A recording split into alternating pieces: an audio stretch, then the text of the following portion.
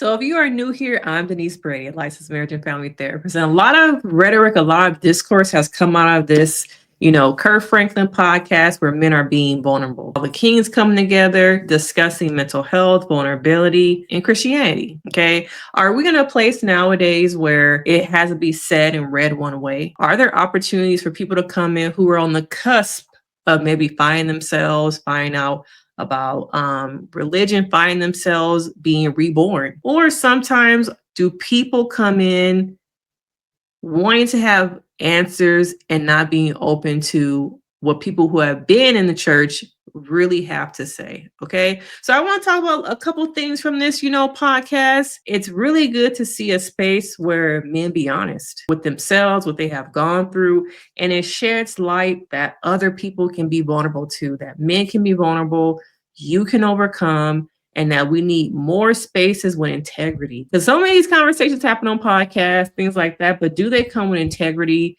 Are they real safe spaces, or are they therapy sessions with no therapist present? So let's get into Kirk Franklin's podcast and talk about some different things that came up. Make sure you hit that like, you subscribe, you do all the do's to support this channel, okay? But this is a little bit of brief about what it's about.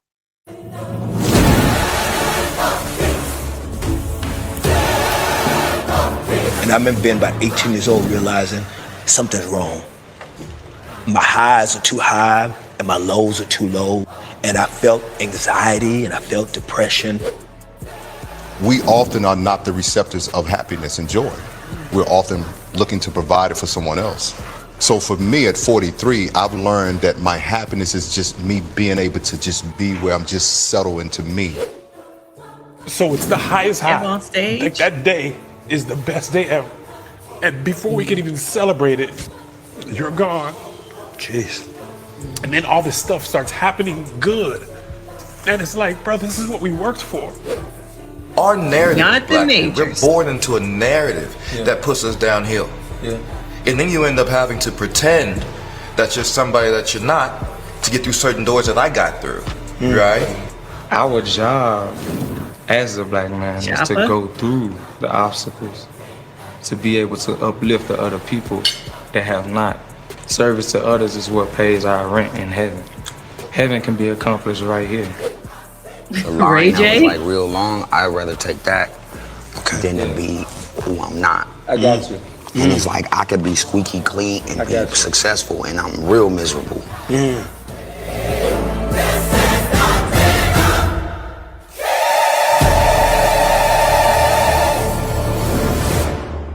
Now, watching this, is it really possible for Ray J to be vulnerable? Okay. Is it really possible? Because I feel like everybody at that table, they show up as themselves. But I'm not quite sure we ever really have gotten the real Ray J. We've seen like bits and pieces, but I'm not sure. Okay. But there's this moment between Choppa and Johnathan Majors about Christianity. And what does it really mean to be a Christian? Okay.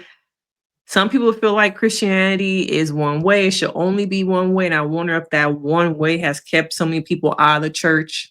Is that the reason that we're seeing so many young people be out of the church? Has religion and Christianity become so divisive that new people who are not on the same accord, but maybe what the Bible says, or they're interpreting things differently, are they not welcome with open arms? Instead, they're welcome with, this is how it should be, and you need to reread the Bible. So I want to discuss and kind of look at this clip between Johnathan Majors and Choppa. And it's interesting because you have someone who is older, of an older generation, and then you have someone who's young coming in.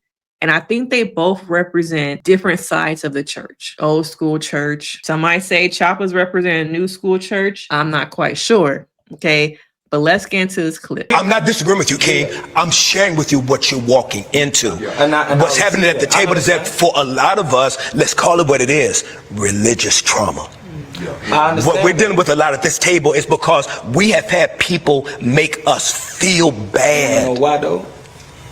It's a thing where you have us here as people, you have God, and then this is what happened.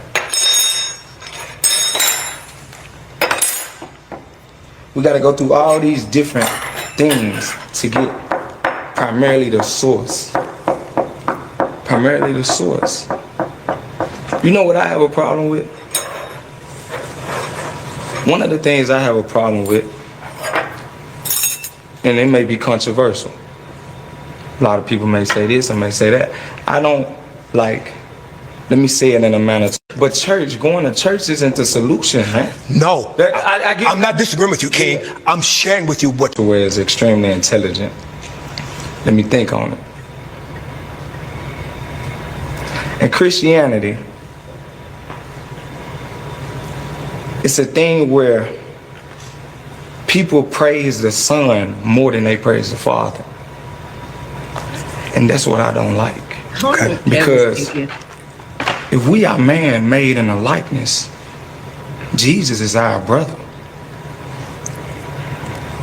You get what I'm saying? Why would I drop down and praise my brother instead of praising my father? And that goes back to honoring your parents. I just gotta say something. What? Have you read the Bible? I read the Bible, I listen to the Bible, I receive from source straight. I would say read it again. Sir. Let me ask you a question, Ray Jack. Where it's extremely intelligent. I would say read it again. Okay. Now, was this an opportunity to maybe educate him about the Bible and give him a little bit of, I don't want to say mentorship, but help him understand a little bit further? Or was it that they shut him? Not they. Because they were all looking at him. Okay. They was all like, what you say now, my brother? What you saying? Now this is supposed to be a safe space, but what you over there talking about, brother? Are we reading the same Bible? Okay. Are we reading the same thing? I think that maybe there could have been an opportunity here to maybe educate and teach and have more of an open dialogue. And I don't know if this really happened. Because I saw Kurt looking at him. I saw Kev looking at him, who are really both men who come from the church. And I think in some ways, Kirk has experienced a religious trauma, a lot of deep wounds from his career, relationships with his own parents. And I wonder in some ways if Kirk kind of saw a little bit of himself, parts of himself, maybe, I'm not sure, in this young man. Okay. But I've seen, Choppa go through so many different, I think, variations of himself that I feel like at times he is very lost. And I think he needs the right fellowship. I think he needs the right support and men in his life to help educate him and help him kind of rise above some, I think, the maybe BS at times that he gets caught up in. But it kind of felt like Johnathan was fed up. He was fed up with the foolishness. He's like, wait now. Okay. But do we sometimes, have our own thoughts and opinions that when somebody comes in with something different, especially when it comes to religion, Christianity, and what Christ is and how Christians should show up, do they got to kind of get turned away? Okay.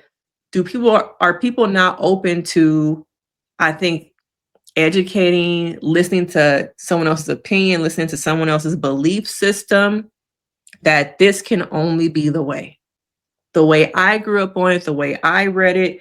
And I wonder, as I've seen clients talk about religious trauma, people who are starting to turn away from the church, is this part of the reason? Has it become, oh, you don't fit into the box that our God says you need to fit into the box? You are not in the same belief pattern that we are in. You need to get up out of our church, okay, and go somewhere else. But I think at times Christianity is so rigid. It's so rigid that there's not room for new thoughts. There's not room for different people. You must fit into the box. Oh, don't be gay. Don't be queer. Okay. I still think there's a lot of stigma within the church that is turning people away. Okay. And this was an example to me of why cut him off? Why not let him finish speaking? And then, at least appear to be open. Okay. I heard what you're saying. Okay. Instead of, oh, what Bible you reading? You need to go reread it because that's not the same Bible I have been reading. But so many people are trying to overcome these type of situations where they are showing up one way and somebody in the church is like, oh no, you can't show up that way. Okay. It should only be like this. And I want to know from you guys, do you think that Johnathan Majors was right? Do you think it was a learning opportunity? Do you think that maybe Christianity is changing in a way for the Black community in a way that's not positive? I think there's a lot of people who think that too, like, oh, not these new people coming into the church trying to change it. See, back in the day, blah, blah, blah, blah, blah. Okay. But I feel like religion, belief systems, and how people lead their lives is very nuanced. There's a lot of different things happening coming up that at times it feels like you have to get in line and be rigid. And if you don't, you get shunned away. Believe our belief system, follow us to the gates. And that's all there is to it. Just follow us. But I think we have to become more open to different people, hearing other people's thoughts and opinions. But at times it just does not feel like there is room for that in this conversation. And that I see over and over again, people are trying to heal from being turned away, not feeling good enough, being shunned, the religious trauma, the rigidness of that, the conditioning of growing up in the church and how that affects you now as an adult, and being in situations where you couldn't be seen as just who you are. You had to be what would make your church going family, friends proud. And sometimes that meant that you were trapped in a box. And when you decide to pop up out that box, you got to get out of my house. Okay. You can't be over here with that little friend of yours. Okay. With that wig on, with the nails on. So I want to know if, is it evolving, or is this an example of what people are seeing and reasons why not to attend the church? Okay. Some of the people in the comments said Johnathan got fed up. Johnathan Majors had the only correct response. I feel like people in the chat are really divided. Some people feel like, on a positive note, I'm glad they allowed him the space to gather his thoughts and state his perspective. Yeah. I don't know if everybody. Okay. Johnathan, like, I see all y'all, but I'm going to state my opinion. Okay. One person said he simply thought about this too hard, just end up a little off. The Holy Trinity, the Father, Son, and Holy Spirit are one.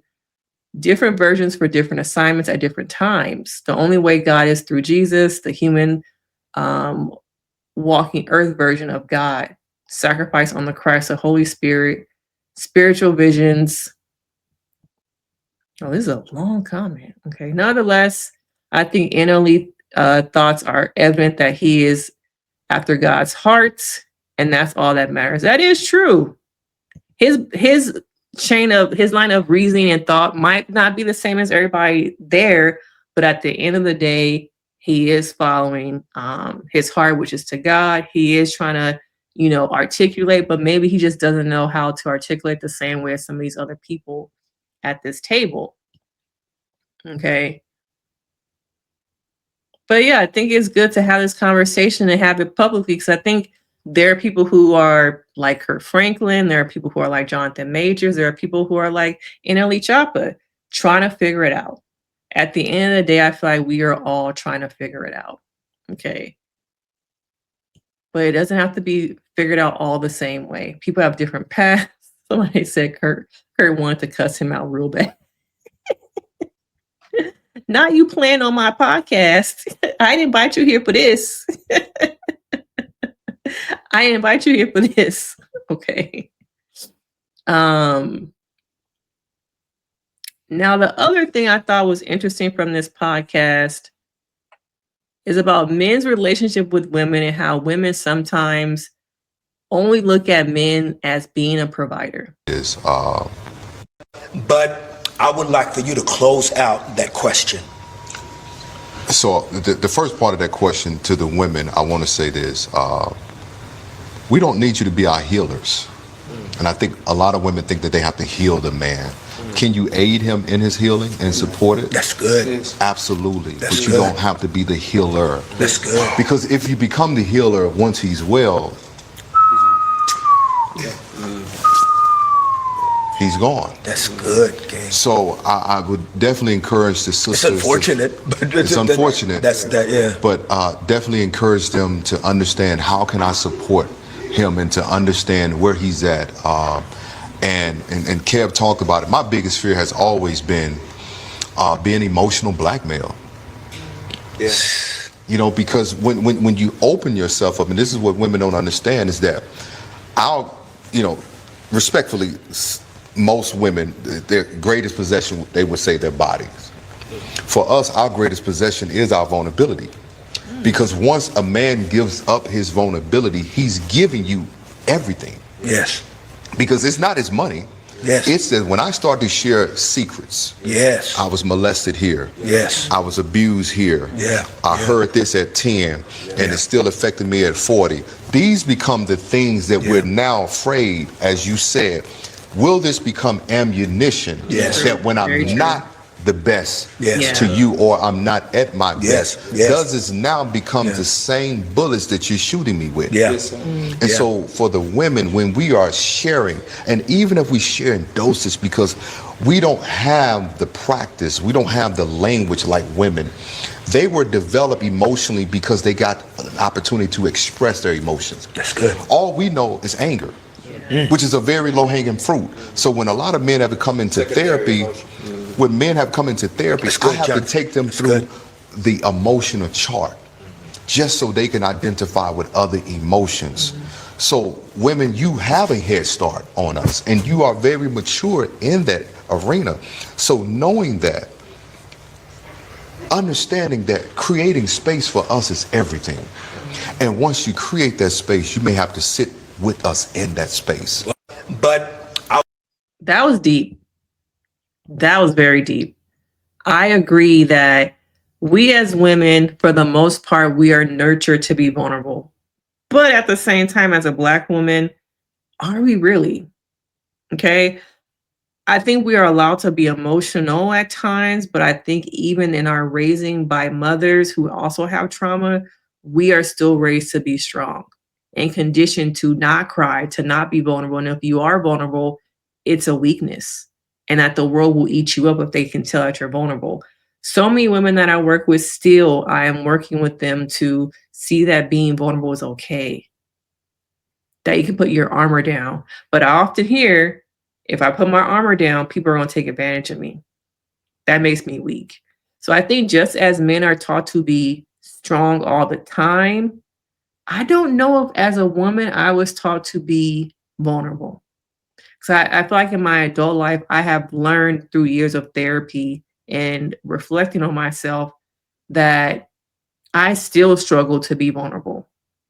Okay, I still struggle to show emotion. I've gotten a lot more comfortable with it and I do show it, but there has been a large part of my life where I always had to be very strong. And I think a lot of Black women can relate to that. Now, when it comes to men only knowing anger, I agree. But I think in the Black community in general, I feel like we only know surface level emotions. Okay. We only know the sadness, happiness, anger, frustration.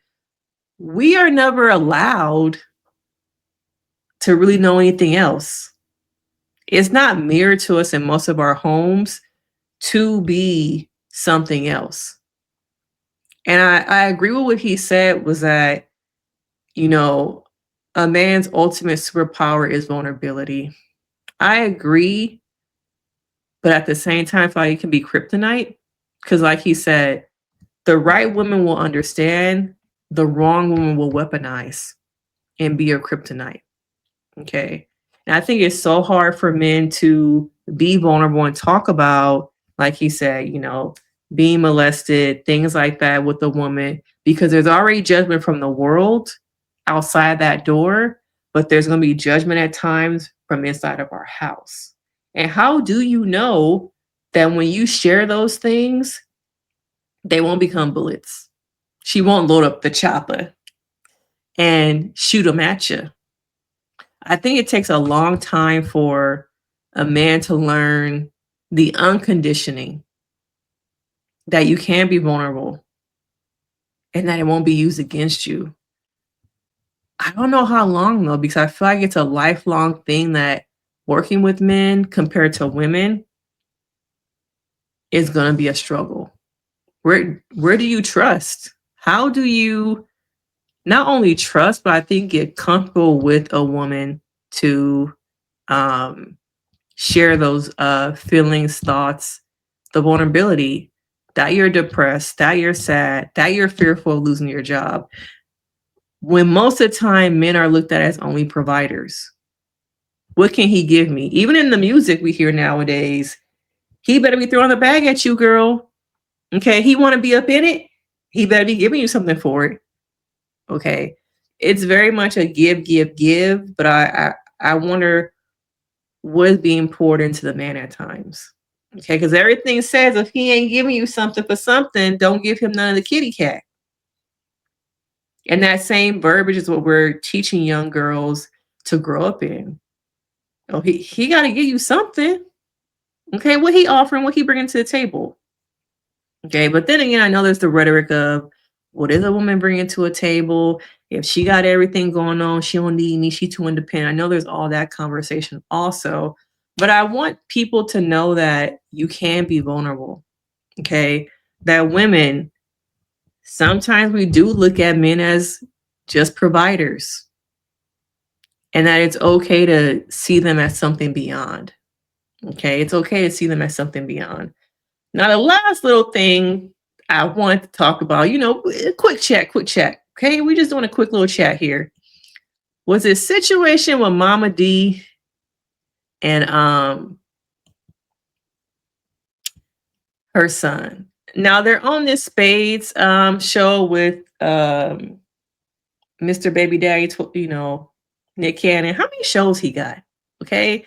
Now they're having this conversation about his 14th birthday and how his mama, had a bunch of girls come over. Okay. She was pimping back in the day and she had a bunch of girls come over. She thought she was doing her thing by giving her 14-year-old son a bunch of girls. But let's get into it. That don't need to be in here, please take them out. Please call him out. But we need to get up out of here. Well, yeah, we gonna do. We doing some things. Cause and then look, and then when she left, all the girls came back and we continued the party. I think I was 14 or something like that, and she so I had a full blown party and we in the hood, like right. Okay. Full blown. Everybody came because they, we popular in the hood, And then I had she had the.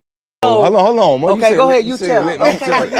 Man, mama said, "Hey, come on, let's get it started." Blew the whistle. Boom. Put the girls out. How about they went and got their parents? Yeah. Oh, cause we had the little girls. My mama had. Now the young teenage girls. My mama had strippers in them. Right. Yeah. For my 14th birthday. Got rid of the school girls and brought the real ladies in. The grown women. The grown women. And everybody came back. Everybody came back to the door. All the mamas came back. Like, hold on. Come get me. I stood my ground 10 toes down. She was like, yeah, this my house though. This my house. We're going to my house. If you got a son in here that don't need to be in here, please take him out. Please call him out. But we need to get up out of here. Well, yeah, we gonna do. We doing some things. Cause and then look, and then when she left, all the girls came back and we. Hell of a party. I ain't even know that was going. Party story. I wasn't even looking. Bro, I wasn't even looking for nothing like that, bro. I was sitting there like the whole time, like strippers. I'm like, cause this is like when I but when I look back, Chuck E. Cheese. But look though, bro. I look back at it though. That was traumatized. That was traumatized. Therapy. After therapy, money. Now wait a minute, turn therapy. Yeah. So wait, are you in therapy too? No, she not. I keep begging her to go to therapy. I keep begging her to go. Because he wants you to work through some of the stuff. All the trauma. Like most 14-year-olds is getting bikes or something for their birthday. You giving this. Nothing against the LGBT community, but I just wanted him to chase and total purse. That's all I'm saying. Yeah, and that's how we did. You feel me? Yeah. Hey, for my 14th birthday party. That's a hell of a party. I ain't even know that was going. Party story. I wasn't even looking. Bro, I wasn't even looking for nothing like that, bro. She got this 14-year-old boy a bunch of strippers. This is why Scrappy is a mess, being raised by Mama D. Why he had the baby mama drama. He can't keep a relationship. At this point, he got, 3 baby mamas. At 14, he said he wanted a bike. Nick Cannon said at 14, he was probably at Chuck E. Cheese. Now, Nick Cannon was in the game, so I don't know if I really believe that. You was in the industry, okay? I don't really know if I believe that. But Mama D thinks she ate. She thinks she's the best mama in the world. But I think as Scrappy has continued to go through therapy and reflect on some things, he realized he was traumatized, hypersexualized. Okay. Now, as grown men, we as women get the broken men. Some of y'all look at them as projects and trying to put them back together after the damage that their mamas did, they daddies did. Okay. But this is another example what we have heard and seen from Ray J, YG, Charlemagne the God, different aspects of being a boy and having to be raised into adult men at young ages. Okay. Oh, you're gonna be a man right now. No more being a little boy. Once he hit 14 and saw them strippers, amongst all the other things that was happening in that house, because she was a pimp, she was a drug dealer, she was doing so many different things. Mama D, the only one at this table, is like, that's laughing. Everybody else is like, and the girl, I don't know the girl's name. Why her titties like really sitting on the table? She's like, Mama D, you not in therapy? You not in therapy? Why you not in therapy? They're being very diplomatic. Okay. But so many young Black boys were forced into being grown men. Men who are stuck at that age. And I think in some ways for the longest time, and maybe still, Scrappy is still stuck at that 14-year-old boy. That age, that trauma. Okay. And that's why he struggles in relationships, vulnerability, emotional intelligence. This was his mama. Okay. This was his mama. And I don't think she still understands how this really hurt not only him, but his future wife, girlfriends, because now they're in a relationship with that 14-year-old child. And it's good that Scrappy is in therapy and he's talking about these things. Somebody say, yikes. The sexual grooming of a minor, I don't know any parent can feel comfortable doing that to their child. You can't force a sexuality onto them. He was born part of the LGBT plus community. He would have been regardless of grooming or forcing him into. He's literally telling you that you traumatized him. It's not a joke. And I think we have seen the same thing from, what is that rapper name who did the same thing with his boys? Had somebody come over and service them. Okay. Because he didn't want them to be gay. Y'all let me know in the chat. I can't think of his name right now, but we're hearing these stories over and over. And I think in the Black community is very normalized that this was a part of boyhood. This was part of a transition from being a boy to a man. Some of y'all are saying in the comments, it's so weird and honestly not talked about. It's not talked about enough. Imagine a dad bringing male strippers to his 14-year-old daughter's birthday party. Imagine the outrage. But Mama D really did a number on him. In a lot of ways, she really kind of effed him up, and she don't think she wrong. And she continues to meddle in his relationships. It's going to be very hard for him to ever have a successful relationship. Him going to therapy is great, but the boundaries, there needs to be boundaries set between him and his mother, because she's just always in the news saying stuff about Bambi, at one point saying stuff about Erica. No accountability for the damage that she did to him and all the women who had to deal with him because of the damage that she did. She still thinks that she's the best parent. The way most men treat women is due to the experience of their mothers, whether that's a good experience you had with your mother or a bad one. That relationship between that first woman in your life, your mama, or a man is going to determine how you treat a woman as you get older. Yeah, so Scrappy, Ray J, much more men were treated like boyfriends, wow, as kids by their moms, and it shows today. Then go around a bunch of enabling women so they can feel it's an issue. But these were great. You know, this conversation with Scrappy, his mama, the podcast with Kirk Franklin, I think it brings up so many different conversations: religion, spirituality, vulnerability, relationships, how trauma affects men being in relationships with women, and can they ever truly find safe spaces within relationships? Okay. I want to know from some of the men who are watching this, have you ever felt safe in a relationship to be vulnerable and open up about things? Was it later weaponized against you? Okay, but let me know your thoughts. I'm Denise Brady, a licensed marriage and family therapist. I want to have a quick conversation, quick little chat with y'all about these things. Let me know your thoughts because, of course, we can get active in the comments. Put some purple hearts in the chat if you got this far. Like the video, subscribe, turn your notification. Of course, join the membership. Okay, it's only $1. All right. I want to give a shout out to Marcy, who joined our membership a couple days ago. I saw you, girl. I saw you. Okay. I saw you join the membership. Appreciate you. Marsha Joseph, thank you for joining the membership. All right. And I will see you guys in the next video. Bye.